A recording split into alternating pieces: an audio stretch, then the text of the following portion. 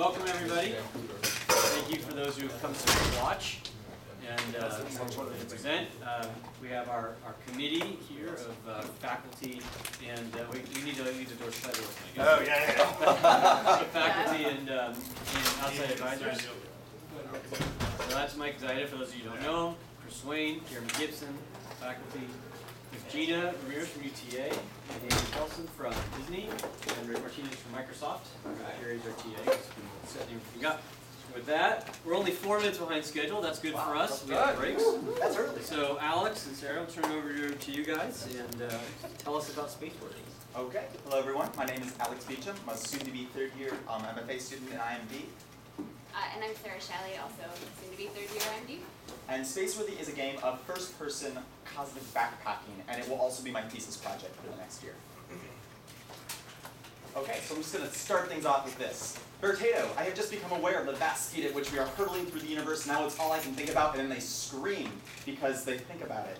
And this project is sort of about how we kind of live in our own little frames of reference. And we tend not to think outside of our own subjective viewpoint, when in fact we are on this little planet that is just hurtling at insane speeds around the universe, and you're not even usually aware of it. And so to do this, the crux of the project is we're taking handcrafted environments, in this case miniature planetoids, and we're exposing them to procedural forces. And I like to think of this concept as sandcastles in space. So just imagine if you were able to explore a sandcastle as the tide was coming in and sort of breaking it apart in interesting ways. So, a basic playthrough can be broken down into these 3 easy steps. You're going to start out on a planet. You look up at the sky and you find a planet in the nighttime sky and you choose where you want to go. You hop in your starship, you lift off, and you seamlessly explore the cosmos, land at your destination. You can get out, explore, and then hop in and go explore somewhere else. And this happens until the solar system ends after about 15 minutes of gameplay. So it's a game that's meant to be played multiple times, short, repeated playthroughs, but every time is different because of the procedural content. And so what I'm going to do is I have made numerous prototypes. And I sort of cobbled them together into this Frankenstein monster of what I think one playthrough would actually look like. So not all of this is, well, none of it's final. So here we go. You start out on a planet, and here you get to fly some model rockets around. And this is to teach players, in a safe environment, how to fly a spaceship. Pull the parachute there for a safe landing. So after players are accustomed to flying these little model rockets around, we give them the real thing.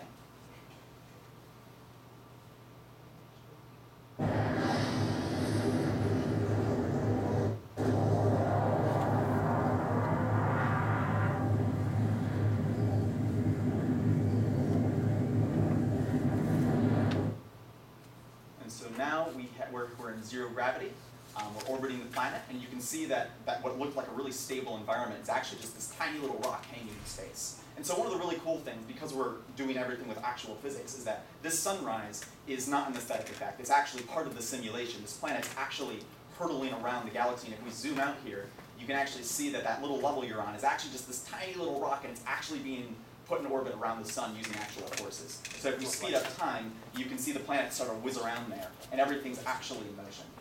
So you'll visit different planetoids. A lot of them are going to be breaking apart. Like I said, procedural forces, so like those asteroids are just randomly generated, and this thing can break apart under your feet at any moment. There's also going to be some weird takes on physics on different planets, so different planets will have different rules. For example, this one, things do not stay in place unless you look at them.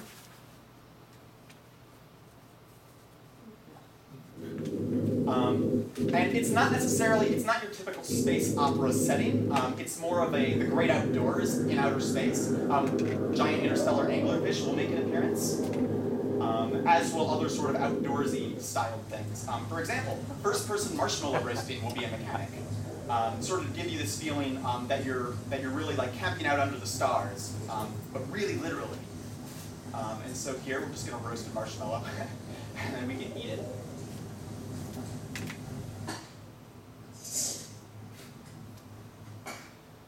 And so we're still on one of these little planetoids. In this example, we're going to have a telescope in the game, so you can kind of zoom in and kind of appreciate the night sky. And then at the end of every playthrough, the sun explodes. But instead of being like this really traumatic event, it's just kind of like this pretty fireworks show. And at this point, there's really nothing you can do but just kind of enjoy it. The world doesn't catch fire. I think that's coming.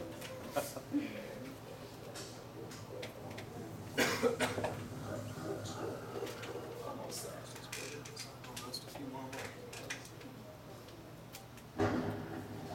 And you're dead. And then you would start again on that same first planet, lift off, and now you can explore the solar system in different ways. I'm going to talk about some of the different ways that can happen. Okay, so as far as what you'll actually be doing, your actual objectives.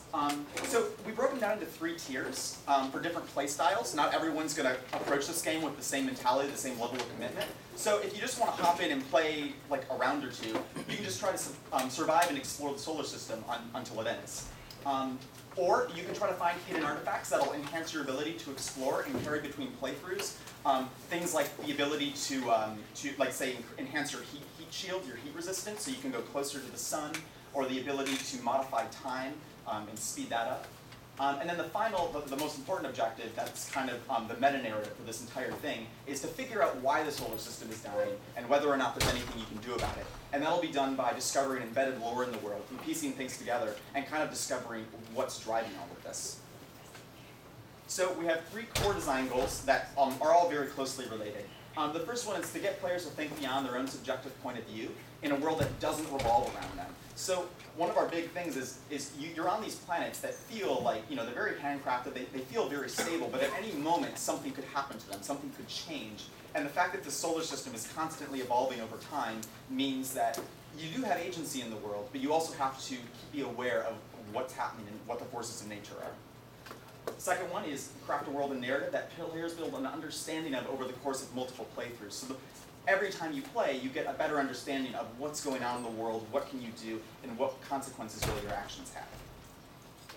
And then finally, we want to turn exploration, it's a very exploration-oriented game. There are things you can do in the world, but the most core act is deciding when and where to go somewhere.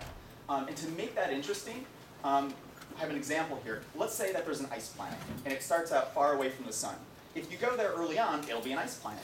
But as it gets closer to the sun over the course of 15 minutes, it'll become, the ice will melt into water, and then the water will dry up, revealing empty lake beds. And then eventually, let's say it either burns up or like an asteroid hits it. So this is kind of like an example timeline for a planet, and you can see, depending on when you choose to visit this planet, it'll be a dramatically different experience. And so inspirations are Majora's Mask and Binding of Isaac. So Majora's Mask has this very temporal game world. When things happen is just as important as where they happen, and it also has this sort of countdown to Armageddon feel to it. And then the Binding of Isaac, I think, does a really nice job of mixing procedural and handcrafted content.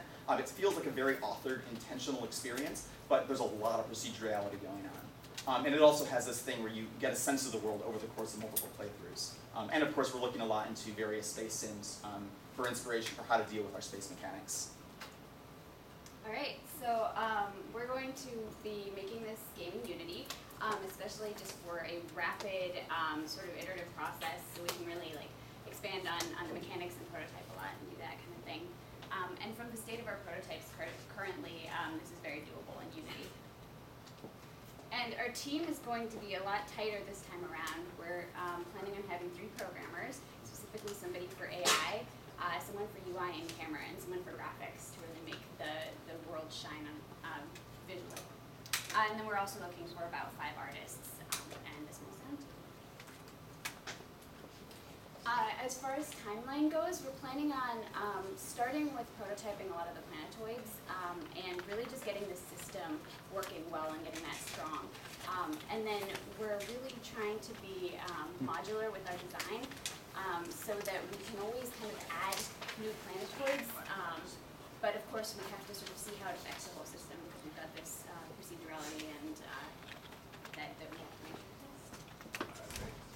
does. And that's it. Thanks, guys. Questions from the committees?